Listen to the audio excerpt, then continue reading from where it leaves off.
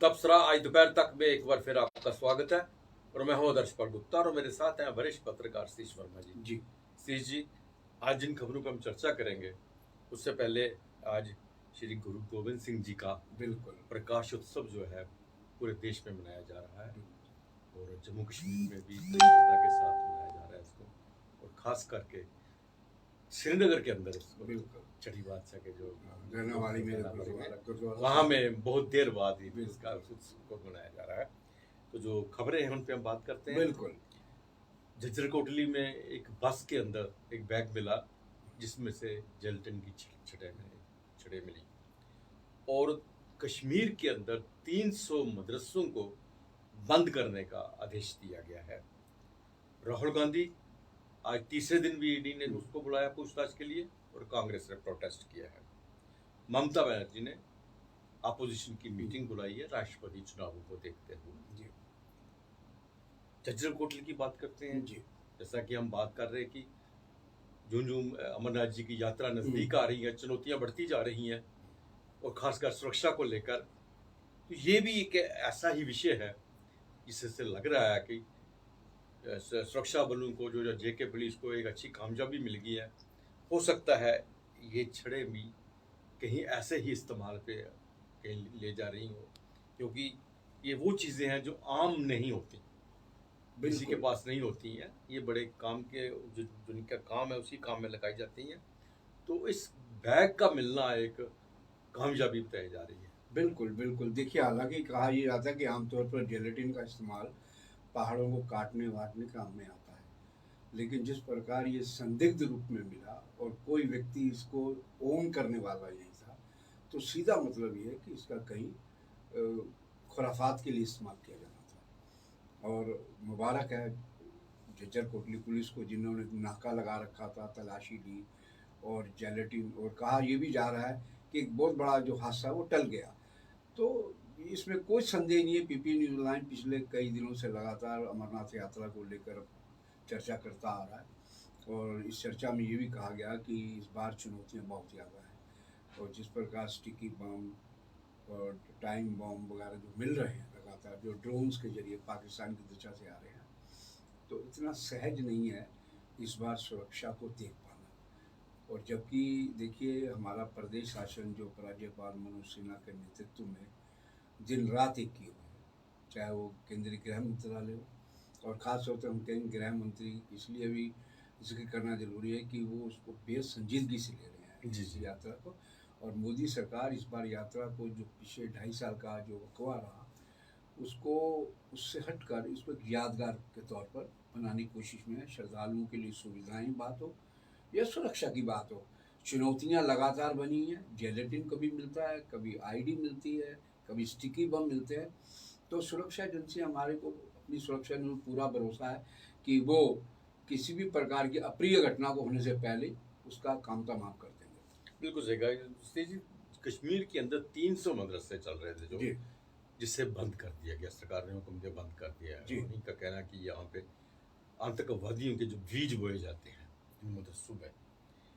तो आपको याद होगा कि 1990 में भी जमात इस्लामी ने जो मदरसे चल रहे थे उस वक्त उसको बंद किए थे, लेकिन उसके बाद वहाँ पे 5000 जो उस्ताद थे, टीचर्स थे, उनको सरकारी नौकरियों में एडजस्ट किया, स्कूलों में एडजस्ट किया, तो बच्चों को भी स्कूलों में किया, जिसका रिजल्ट ये निकला कि वो उस्ताद जो हैं उनको पहले एक मदरसा ही प्लेटफॉर्म था, उसके बाद उनको बहुत से स्कूल मिल गए, क्योंकि वो तो जिस काम के लिए आए थे उसी काम को उन्होंने करना था। और अब की बार 300 मदरसे हैं जो FAT फले आलम ट्रस्ट द्वारा चलाए जा रहे हैं, उनसे पैसा आ रहा है और बहुत सा एंटी नेशनल जो जितना भी लिटरेचर है वो वहाँ से आया जा रहा है और बच्चों को जो है देश विरोधी जो है सबक पढ़ाए जा रहे हैं। नहीं, बिल्कुल ठीक कह रहे हैं। देखिए, ये जो संस्थान चल रही है घाटी के अंदर जमात की, इनको विदेशी और सऊदिया से बड़ा पैसा आता है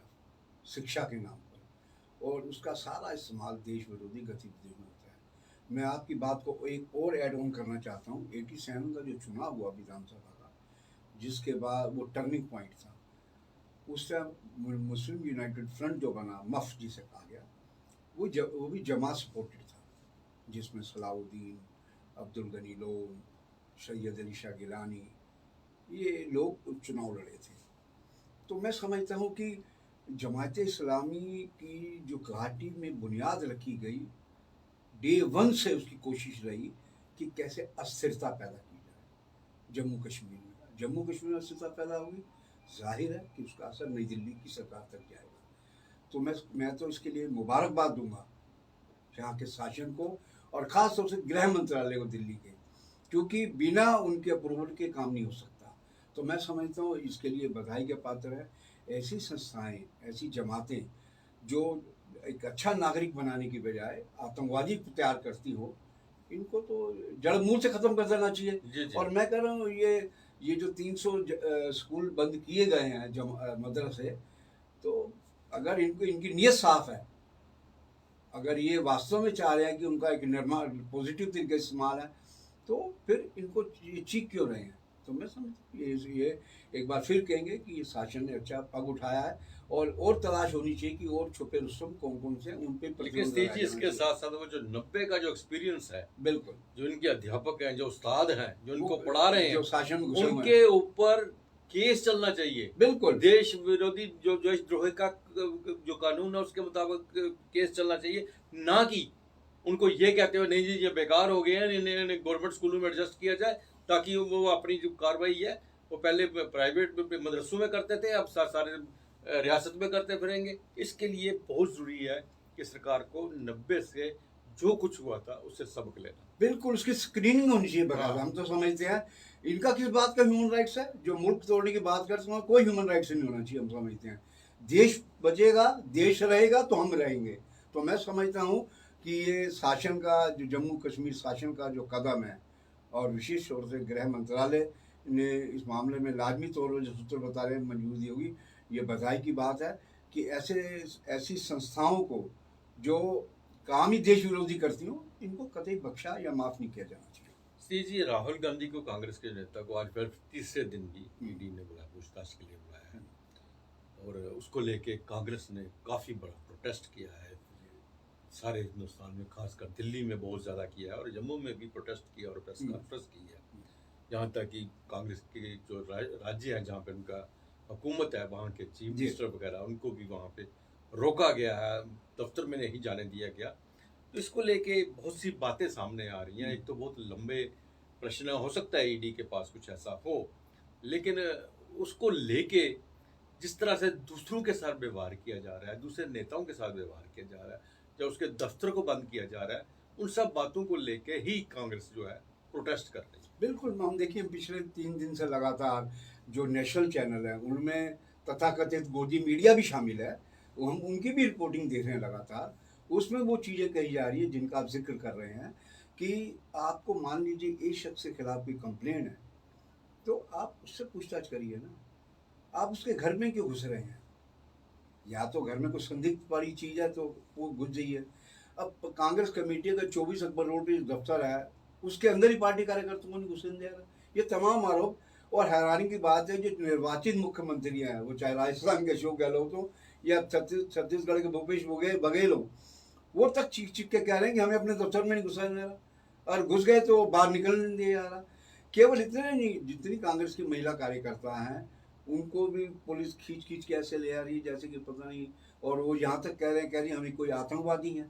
तो ये तमाम चीज़ें जो दृश्य दिखते हैं, विजुअल तो कई चीज़ें कहते हैं शीशे की तरह साफ होता है, खबर में तो दाएं बाएं हो सकता है प्रिंट में, लेकिन जो विजुअल दिख रहे हैं उसमें साफ तौर पर दिख रहा है कि किस प्रकार कोट एंड कोट ये अति दिखती है। मतलब ठीक है, अगर राहुल गांधी ने गलती की है तो आप उसको जो तरीका, कानून का तरीका इख्तियार करिए, लेकिन आप उनकी पार्टी को सील बंद कर देंगे तो ये तो बिल्कुल ये कॉन्स्टिट्यूशन और लोकतांत्रिक मर्यादाओं का उल्लंघन है। आपने जिक्र किया यहाँ का, आज प्रेस कॉन्फ्रेंस की है यहाँ जम्मू कश्मीर प्रदेश कांग्रेस कमेटी ने, उसमें कार्यकारी अध्यक्ष रमन भल्ला, योगेश सानी और मुख्य जो प्रवक्ता एडवोकेट रविंद्र शर्मा, उन्होंने यही आरोप लगाए। उन्होंने कहा कि भाई देखिए, आपको अगर राहुल गांधी से कोई दिक्कत है, उनका आरोप ये है, कांग्रेस का आरोप ये है, बल्कि जितने कांग्रेस के बड़े नेता बार बार ये कह रहे हैं चीन घुस गया ले में, राहुल उस पर बोलते हैं, महंगाई पे बोलते हैं, बेरोजगारी पे बोलते हैं और दूसरे मुद्दों पे बोलते हैं।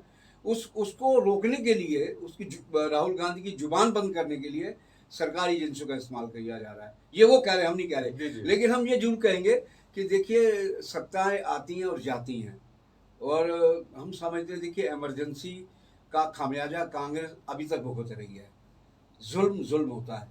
तो जब देश हमारा एक बाबा साहब अम्बेडकर ने या और उनके साथ के जितने सहयोगी जो संविधान निर्माण बनाने में, उन्होंने कुछ सोच समझ के संविधान बनाया होगा, और संविधान के तहत अगर जो देश चलते हैं वो देश हमेशा जिंदा रहते हैं।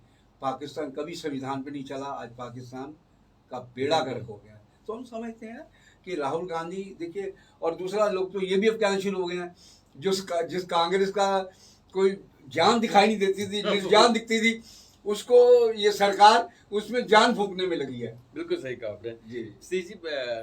राष्ट्रपति के चुनाव आने वाले हैं, तो उसको लेके विपक्ष ने, ममता बनर्जी ने एक मीटिंग बुलाई है। जितने भी नेता हैं जी, उनको, अपोजिशन के लीडर्स हैं, तो 22 पार्टीज हैं जिनको उन्होंने बुलाया हुआ है, ताकि एक साझा जो है कैंडिडेट जो है राष्ट्रपति के लिए खड़ा किया जा सके, जिसमें जम्मू कश्मीर से हमारे फारूक अब्दुल्ला, उमर अब्दुल्ला और महबूबा मुफ्ती भी गई हैं। इसमें से सिर्फ तमाम जितने भी अपोजिशन पार्टीज हैं, एक आप और टीआरसी को छोड़कर तकरीबन सारी पार्टीज इकट्ठी हो गई हैं। उस पर अभी तक मीटिंग चल रही है, जो अभी तबसरा चलते हैं, अभी उनकी मीटिंग चल रही है कि किसको सहयोग करना है, किसको समर्थन देना है, किस कैंडिडेट को खड़ा करना है, उस पर चर्चा हो रही है। दरअसल विपक्ष की विडंबना ये है अदर जी, कि विपक्ष खुद बटा हुआ है। जहाँ कांग्रेस होती है वहाँ आप नहीं जाती, जहाँ कांग्रेस होती है टीआरएस नहीं जाती। हालांकि पिछले दिनों ममता बनर्जी के बड़े कड़वे बयान आए कांग्रेस को लेकर, लेकिन ममता बनर्जी ने, मैं समझता हूँ, एक बड़ी सोच रखते हुए कांग्रेस को भी इसमें बुलाया, और कांग्रेस के नेता भी मान रहे हैं। तो मैं समझता हूँ, अच्छा, इसी का फायदा सत्तारूढ़ दल को मिलता है अगर आप बिखरे रहेंगे। और इसीलिए कई बार केजरीवाल पे ये आरोप लगता है कि बी टीम है ये बीजेपी की, क्योंकि जब एक साझा उम्मीदवार खड़े करने की बात की जा रही है, तो आप जाते क्यों नहीं? अपनी राय रखिए, बोलिए, कांग्रेस के खिलाफ बोलिए, क्या दिक्कत है? अगर आपको कांग्रेस पसंद नहीं है, जो पसंद नहीं है, तो मैं समझता हूँ कवायद तो अच्छी है, कोशिश अच्छी है, लेकिन इसमें कितना फायदा होगा? आपको याद होगा पिछले इस प्रकार का कयास लगाए जा रहे थे कि एनसीपी नेता जो शरद पवार है उनको प्रेसिडेंशियल कैंडिडेट बनाया जाए, अपोजिशन से कॉमन सेंस से। लेकिन शरद पवार कह रहे हैं कि मुझे अभी एक्टिव पॉलिटिक्स में रहना है, मुझे अपनी पार्टी चलानी है, तो वो वहीं विराम लग गया। हालांकि उस मीटिंग में बड़े बड़े नेता आ रहे हैं, उसमें सक्रिय भूमिका है, शिवसेना की भी है, शरद पवार की भी, सभी की है, एक्सेप्ट टीआरएस और आम आदमी केजरीवाल की। तो मैं समझता हूँ कि एक कोशिश है, और पहली बात तो ये होनी चाहिए कि सर्वसम्मति से राष्ट्रपति बनना चाहिए। जी बिल्कुल, सबसे बड़ी बात ये है कि राष्ट्रपति जो है चुनाव। लेकिन दिक्कत कहाँ आती है? जब राष्ट्रपति सत्तारूढ़ दल की रबड़ स्टैंप बन जाता है, वहाँ असली प्रॉब्लम आती है। मुझे याद आता है किस्सा, मैं कहीं पढ़ रहा था, अगर वो सही है तो, कहते हैं कि हालांकि उस पर ज्ञानी जैल सिंह पे बड़े आरोप लगते रहे कि वो इंदिरा जी का ये था वो था, लेकिन कहते हैं एक बार इंदिरा जी ने, जब प्राइम मिनिस्टर और राष्ट्रपति थे, एक बिल भेजा था, उसने कहते थे बीबी मैं साइन नहीं कराना रहते, ये बिल ठीक करा के ले आओ। ये हिस्ट्री है। ज्ञानी जैल सिंह आदमी जिस पे गंभीर आरोप लगते रहे कि ये इंदिरा गांधी का वो कमिटेड है, प्रिय है, बावजूद उसके जो पहले राष्ट्रपति रहे ज्ञानी जैल सिंह, जिन्होंने इंदिरा गांधी द्वारा उसकी कैबिनेट द्वारा अप्रूव बिल को रोक दिया, उसको करेक्ट करके मंगवाया। तो कई बार दिखता कुछ है और चेहरा कुछ होता है, निकलता कुछ है। तो हम समझते हैं कि राष्ट्रपति सर्वसम्मति से होना चाहिए, लेकिन बात यह भी है कि राष्ट्रपति जो सर्वसम्मति बनते हैं उनको भी थोड़ा अपना विवेक और अपना कुर्सी का थोड़ा ख्याल रखे। देश बहुत जरूरी है, और हमारी एक परंपरा रही है कि हमारे देश के राष्ट्रपति तकरीबन जैसे कहें कि अब एक निष्पक्ष ही रहे और देश के हित के लिए ये हमारा काम करते रहे। और हमेशा एक नाम रहा, हर बहुत से ही राष्ट्रपति ऐसे हैं हमारे जिनका दिल से लोग बिल्कुल, हाँ, कई राष्ट्रपति ऐसे रहे जिनको डॉक्टर राजेंद्र प्रसाद, फखरुद्दीन अली अहमद, ये ऐसे राष्ट्रपति रहे जिनका नाम लेते ही गौरव महसूस होता है कि यार हमारे मुल्क में ऐसे तो से रही है राष्ट्रपति। तो अब्दुल कलाम देखो कितनी एक इज्जत लोगों के ना। मैं कहता हूँ ऐसी हस्तियां नहीं हमारे राष्ट्रपति जिनका नाम लेने से सीना चौड़ा होता है। तो मैं समझता हूँ ये ठीक है, विपक्ष की कोशिश है, ऑपोजिशन की ममता बनर्जी ने इनिशिएटिव लिया है, इसमें शरद पवार एक प्रोएक्टिव रोल प्ले कर रहे हैं। जी, दो चीजें होती हैं इनिशिएटिव लेने में, दो चीजें। इनका इनिशिएटिव ये है कि कॉमन कैंडिडेट खड़ा किया जाए, भारतीय जनता पार्टी का कैंडिडेट ना जीते, ठीक। लेकिन दूसरा ये है कि कम से कम उसको राष्ट्रपति बनाया जाए जो दोनों को ही माननीय, बिल्कुल दोनों बिल्कुल ये सर्वमान्य जो सर्वमान्य ये चीज देखिए, असली मजेदारी वही होती है कि जहाँ चुनाव ना हो, ऐसे कम से कम राष्ट्रपति पद पे चुनाव नहीं होना चाहिए। यहाँ पर एक आम राय से थोड़ा कमी पेशी होती है, कोई ज़्यादा झुकाव कर देता है, लेकिन मैं समझता हूँ इसमें आम राय बन के राष्ट्रपति का चाहे कोई पक्ष आगे रखे उसको मान लेना चाहिए, क्योंकि राष्ट्रपति हमारे देश का सर्वोच्च संवैधानिक पद माना जाता है। हालांकि ताकत प्रधानमंत्री में ज़्यादा होती है, लेकिन वो संवैधानिक तौर पे हमारा तीनों सेनाओं होती है। तो मैं समझता हूँ ऐसे पद के लिए एक कोशिश है, क्योंकि उनका कहना ये है, उनका आरोप है ये विपक्षी दलों का, कि जब से ये सत्ता आई है तब से संवैधानिक जो संस्थाएं हैं उनका कचूमर निकाला जा रहा है। इसको देखते हुए उनकी कोशिश है, अब देखिए कहाँ तक, मुझे नहीं लगता, क्योंकि विपक्ष बिखरा हुआ। जी बिल्कुल सही कहा आपने। तो ये था तबसरा आज दोपहर तक का। बाकी खबरों के लिए आप देखते रहें पीपी न्यूज़ लाइव। नमस्कार।